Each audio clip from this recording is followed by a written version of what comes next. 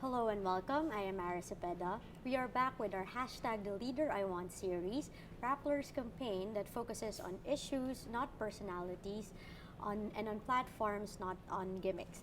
Today we have here a former three-termer congressman from the province of Quezon, a former deputy speaker of the House of Representatives, and you might be aware of his famous last name. He is the third generation Tañada. Sir, we have here former Congressman Lorenzo Erin Tañada III. Hello, sir. Welcome to Rappler. Yes, good evening, Mara. Okay, now I'll just dive right into the questions. You had long aspired to be senator of the Philippines. You wanted to run in 2013, but unfortunately was not included in the administration ticket then. And now you're running under the Liberal Party, the same party that you wanted to run under in 2013. And what's different? What's the difference now and in 2013 that makes you optimistic about your chances for the 2019 elections? Well, I don't know if optimism is the word to use, but in 2013, we have to admit that the Liberal Party was the party in power. And as the party in power, we had coalitions that were established with other political parties. And for the 2013 midterm elections, we had to accommodate different personalities from the different political parties to make up the administration ticket. So I made it to the short list. And after that, I was not anymore included. Now, 2019 would be totally different because we are not the party in power. So it makes things more difficult. It makes things challenging. And I would say it makes it even interesting for me because the situation is different. There are policies that are you would say, run counter to my beliefs. And I believe that the people should take a stand and at least provide the alternative to what is happening to our country today. Sir, you mentioned that there are things happening under the current administration that are contrary to your beliefs. Now, perhaps you can describe to us the Philippine situation as you see it now. And what role do you think you will play in that kind of political landscape?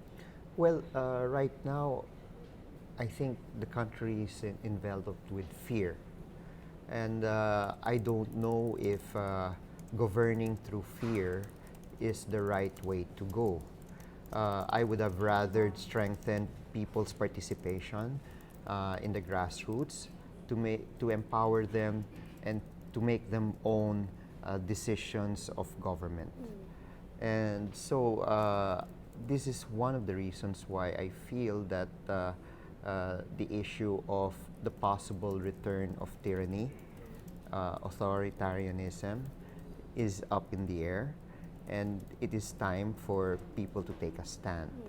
And right now, I believe that because of this fear, people are afraid to speak out. They let things go by, especially when certain issues come about, whether it's extrajudicial killings, whether the issue of martial law, whether it's the issue of misogyny, and whether it's policies on tax reform. These are things that I believe that the people should be made aware of, and be given the chance to make the choice. This culture of fear, sir, how will you use your view on addressing this culture of fear once you start your campaign as Well, a senatorial bid? Making people accountable, that's one. Speaking the truth, that's another way. And trying to explain to the people that there are other ways in attaining that objective. For example, I think it's well known that in the surveys that the war on drugs is embraced by the people, but killings are not. So this should be already a, a, uh, a talking point within government on how to address the war on drugs to the point that we should not, the government should not be killing innocent, no, innocent people. Although the government will always say 5,000 nanlaban, uh, but there's still at least 20,000 deaths under investigation. Up to now, we don't know what the results of those investigations would lead to. So the other question there is the people who have died under mysterious circumstances, under riding, by people riding in tandem. Has there been any arrest? Has there been any a case filed in court? And what are the updates to this?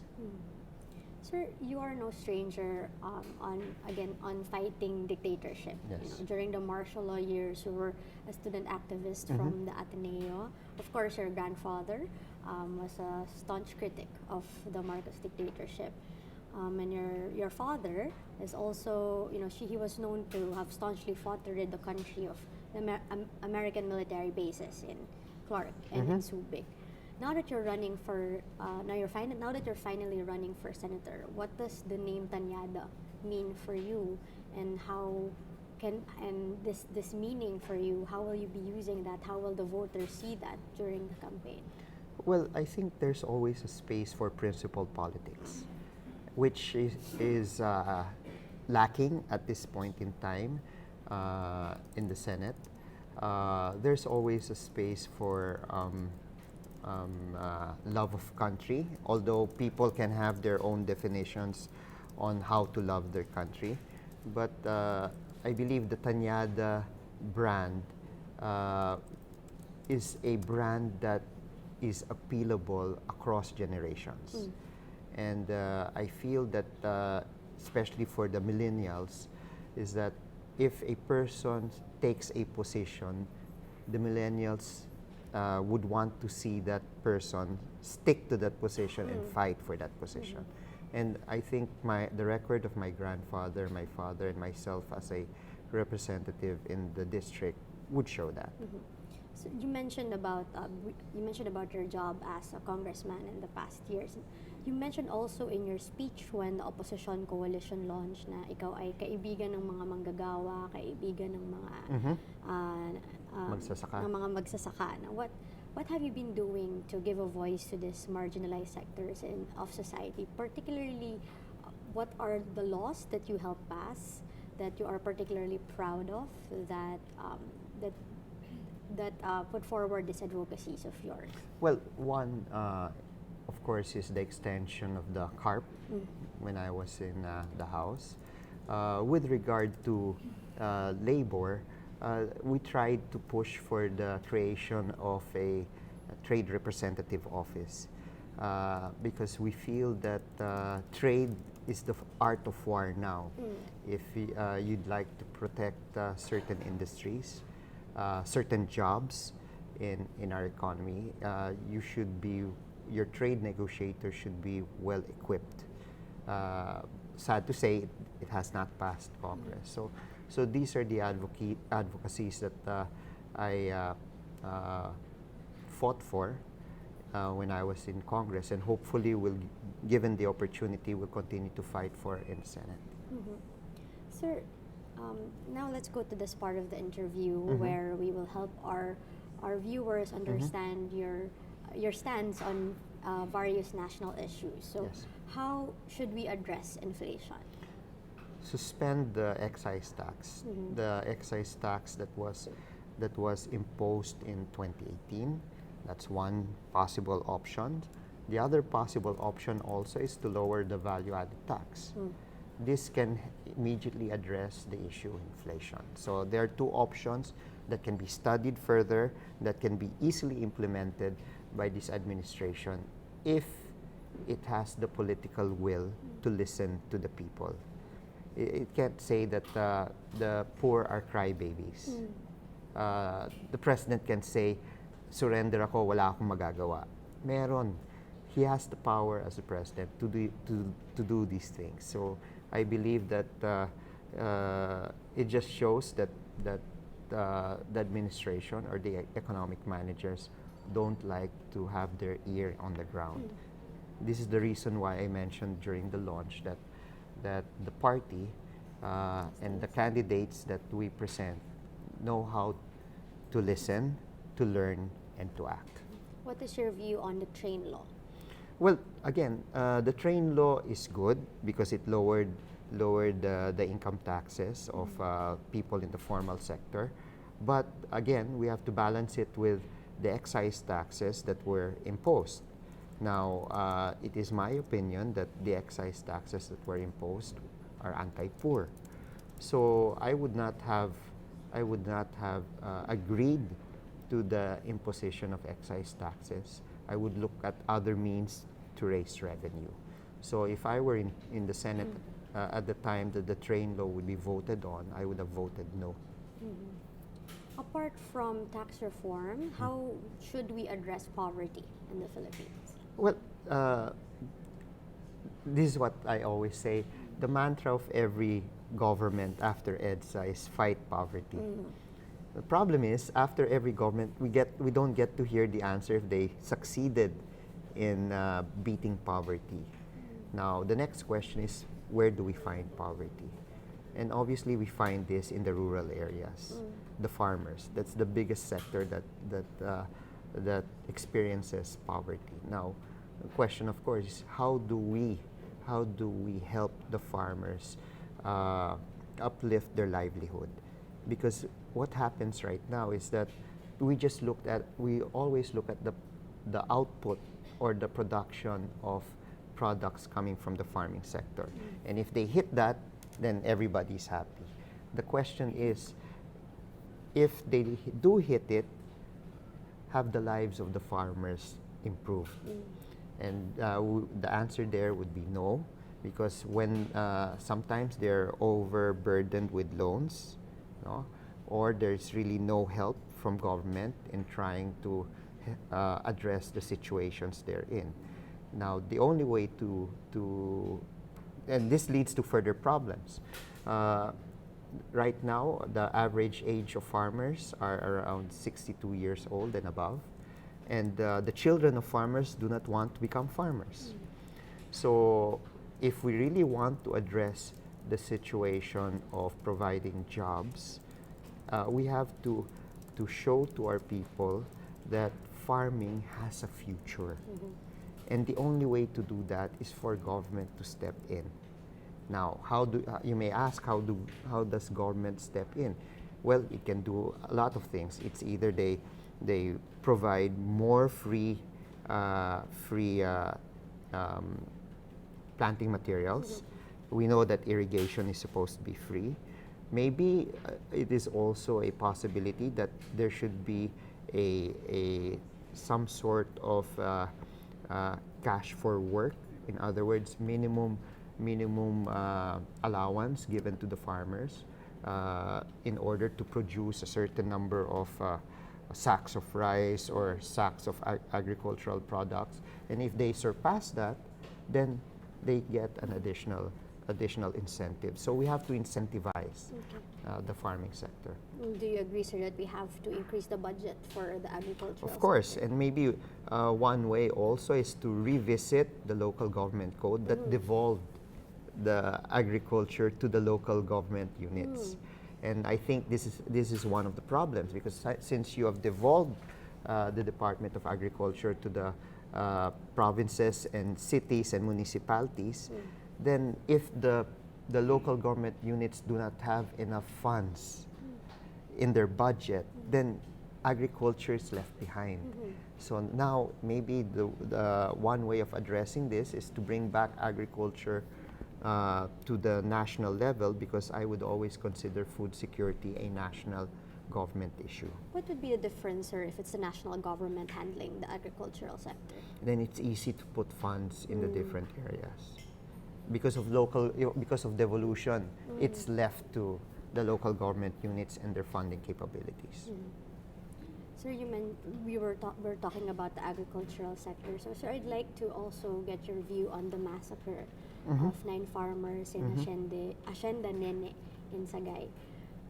What do you think should the government do to Well- give justice to these victims? Well, they have to bring the perpetrators to justice. They have to find out who are responsible for these acts.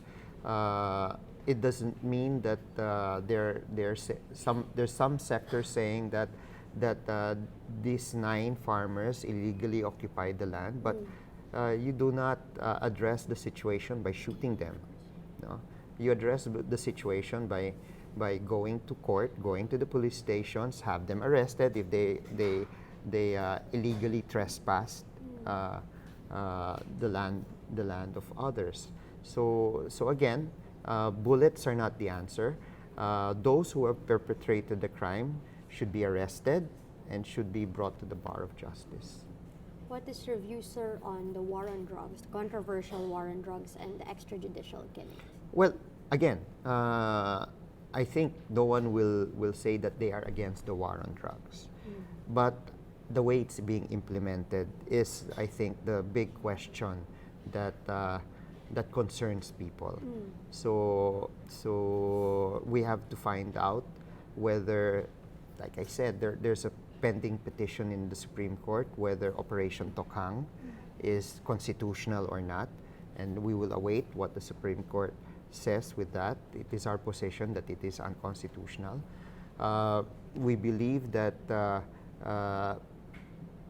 the many deaths that are happening under investigation is also a result on the war on drugs.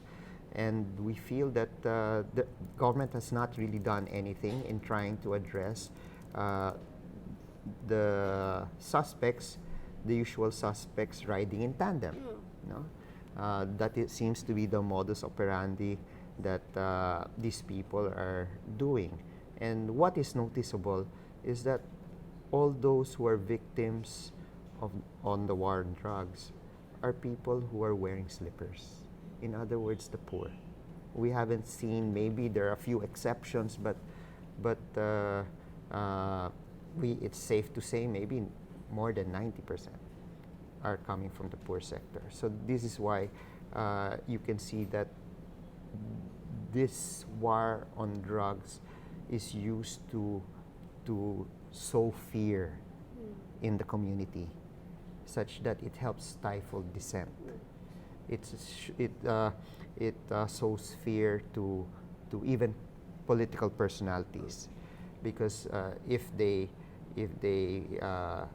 do not possibly agree with the way government is running, they might suddenly wind up in the list that the government holds. So this is the problem with this kind of governance in our country. What is the best way to address the drug problem in the country?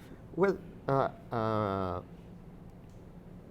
assuring people that those who are involved in drugs will be arrested, will be prosecuted, and will be punished. And I think without that, people tend to say nothing's going to happen. That's why we from the human rights community feel that even the justice system has to be addressed on how to make things work faster. Because one effect on why maybe a strong person was what the people were looking for in 2016 was because they do not feel government. They do not feel justice. And so, since government was detached from the ground, people were looking for leaders who would immediately act, because they see that institutions were not working in their favor. Let's go to another issue, sir. Do you agree with the proposed joint exploration of the West Philippine Sea with China? We'll have to look at what the contracts will say. It's hard to jump into whether yes or no without reviewing the contracts. One thing is clear: West Philippine Sea is Philippine territory, and so anything less than that, no, we would have to look and study further. So at this point, I would not say that it is good for us, but what is the context that we are entering into such a is the context that this is our territory, or is the context that it is both the territory of China and the Philippines? Then I would not agree. Do you think it's time that we amend the constitution and shift to federalism? I'm not totally against a possible charter change in the future. Okay, but not now. But not now. There are so many questions that have to be answered. First question: is federalism really needed? I think that is still a question that has to be resolved, because if issues on Imperial Manila can be answered without the need of changing structures, then why don't we do that first? And clearly the low-hanging fruit there is amending the local government code. So at this point, maybe it is not feasible to amend the constitution. Should martial law in Mindanao be extended again? I'm against the extension of martial law. Again, they will have to go through the constitutional process and prove that there is factual basis for another extension of martial law as mandated in the Constitution. But from what I see here, and from my discussions with Samira, who is from there, then I would conclude that there's no need for an extension. This is hypothetical, but it's always possible. If President Rodrigo Duterte declares martial law nationwide, what would you do? You were a former student activist. Well, again, we will exercise the remedies provided for by the Constitution. We would go to the Supreme Court, find out the actual, try to find out the factual basis for the declaration of martial law. I had mentioned with regard to the takeover of the Bureau of Customs, quote unquote, because I don't know if it had been implemented. I don't think it had been implemented, but they mentioned lawless violence and state of lawlessness. Does that constitute lawless violence for you? Corruption in the Bureau of Customs? Well, I would say that you can still call in the Philippine National Police, the Special Action Force, which are civilian in character. You don't need to call the military to step into that. Lawless violence. How many Bureau of Customs personnel have been killed? I don't think there has been really a number set. So it is not a ground to call in the military to help address the customs problem. And there's a clear provision again in the Constitution, Article 16, Section 5, that any member of the armed forces cannot be appointed in any manner in a civilian position. Since you mentioned it, sir, what is your view on the militarization of the Duterte government? Do you agree to it? Are you satisfied with the performance of former military and police official of that President Duterte? Well, I do not agree with his decision, but he's the president.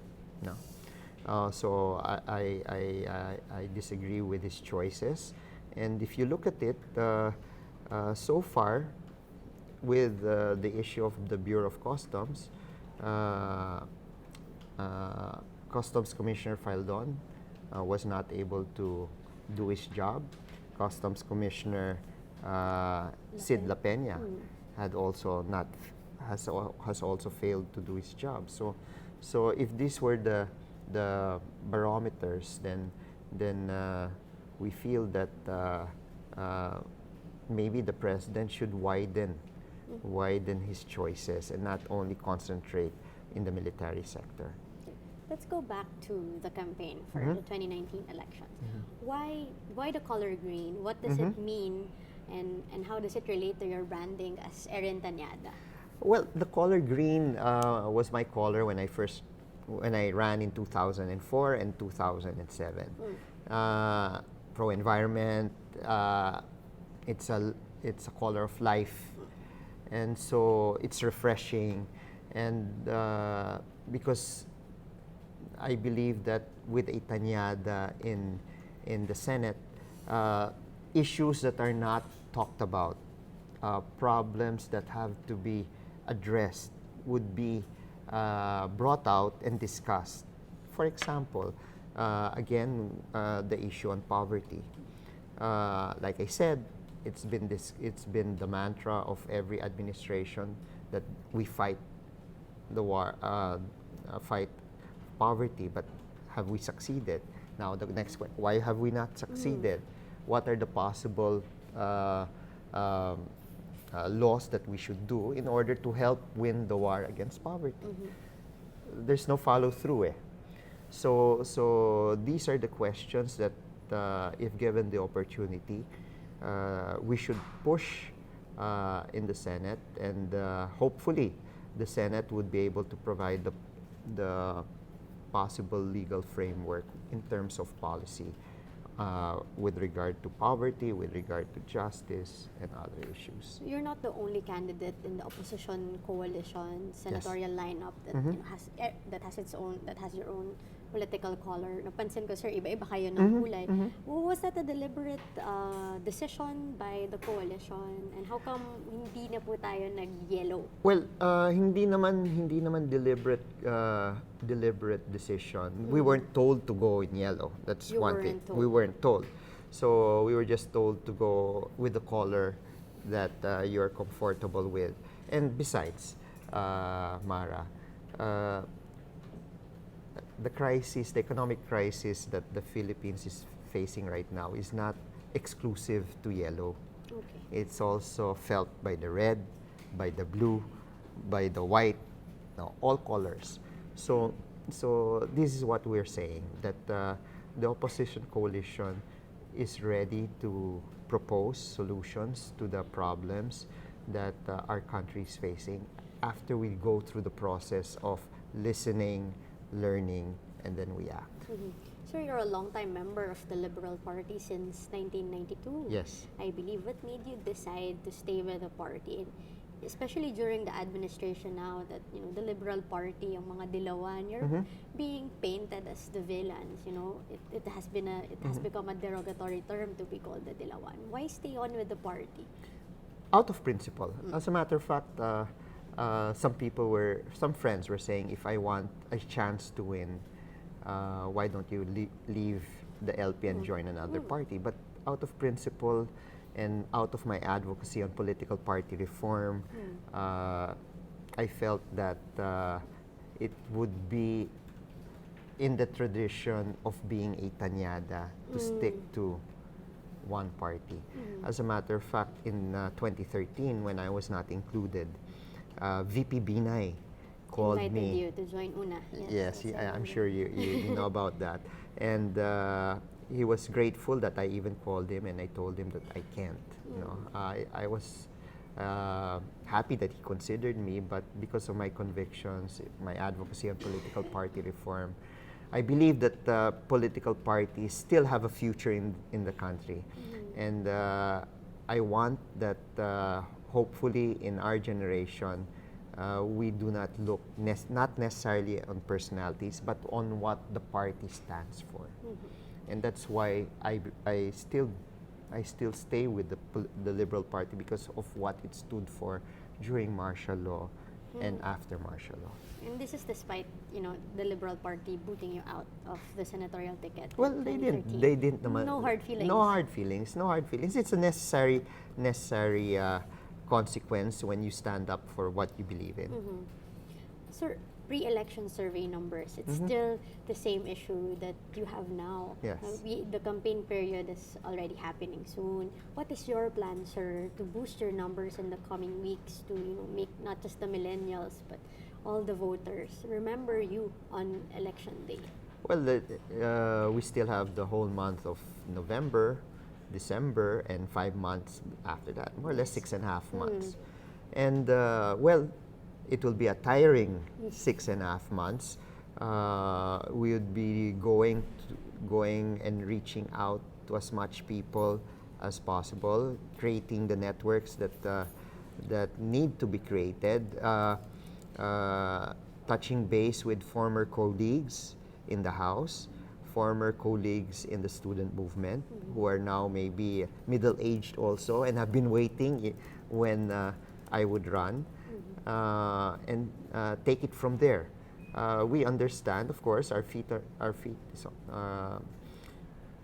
is on the ground. We understand that it won't be easy. We do not have the same resources as the other candidates, but like I said, the situation calls for that we have to take a stand. And by taking a stand, we might be able to inspire people who have suddenly kept quiet.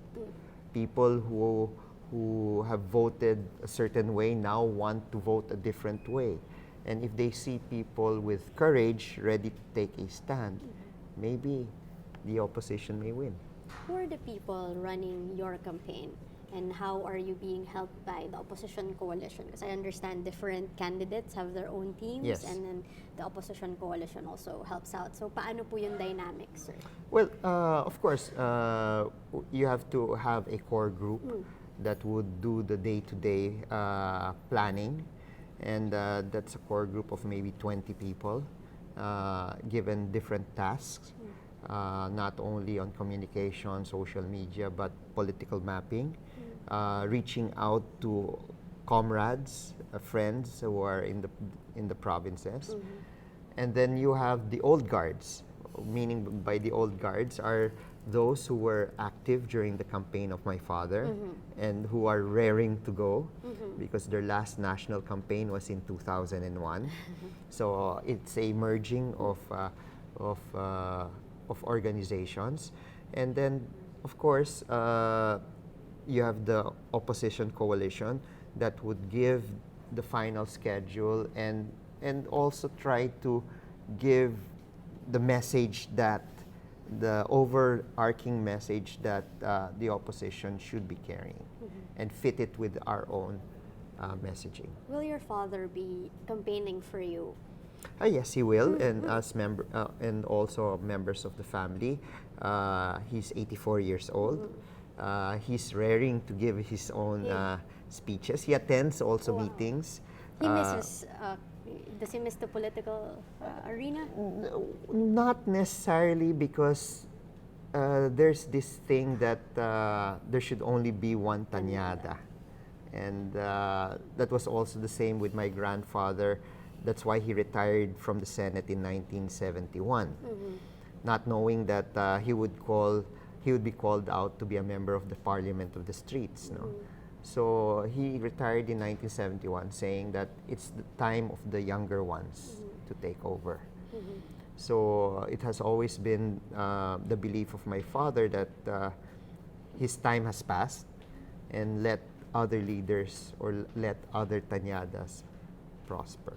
What convinced you, sir, to push through with your plan to run for senator? You know, you were talking before this interview, and you were talking about, you know, when you're running for a certain position, for a national position, money is a big issue. And what made you decide to still push through with the bid, even if you don't have the same amount of resources as other senatorial candidates? Well, times are different.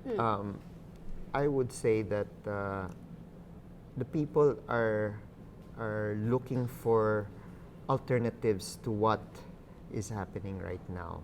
And of course, we would always say resources is important, but should not be the be-all of a campaign. Volunteers would always come. And if we took that position, then maybe the Marcos government would have not been toppled.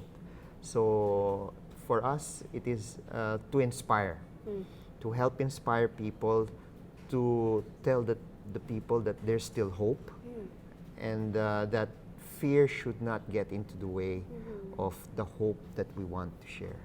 I'm just really curious, sir, but would there ever be a time when you would campaign against Amy Marcos, the dictator's daughter? Well, not if if she would attack, then we would defend. Attack you or just Attack, attack in general? attack by saying that all that is being said about the martial law era is false.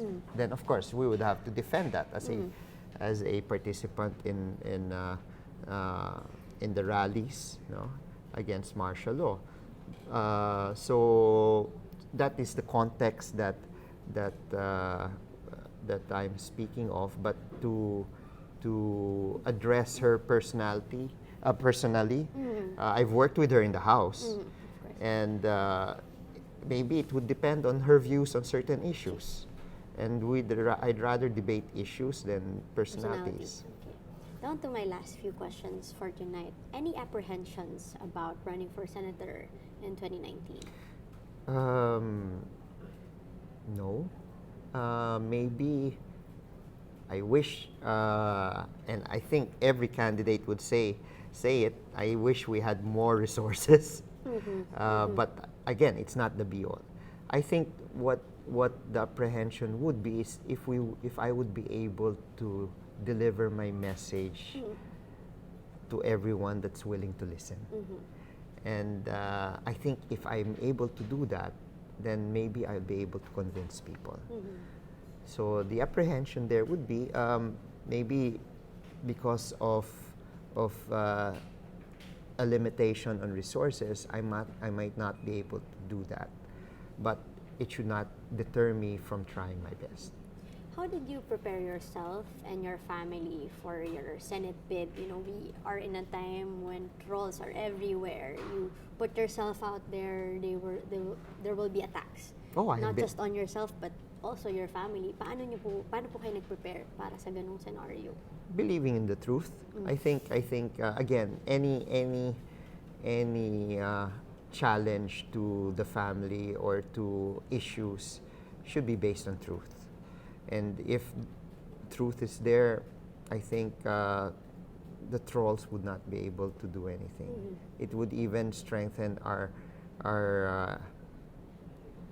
passion to continue to provide the alternatives that our people want to listen to.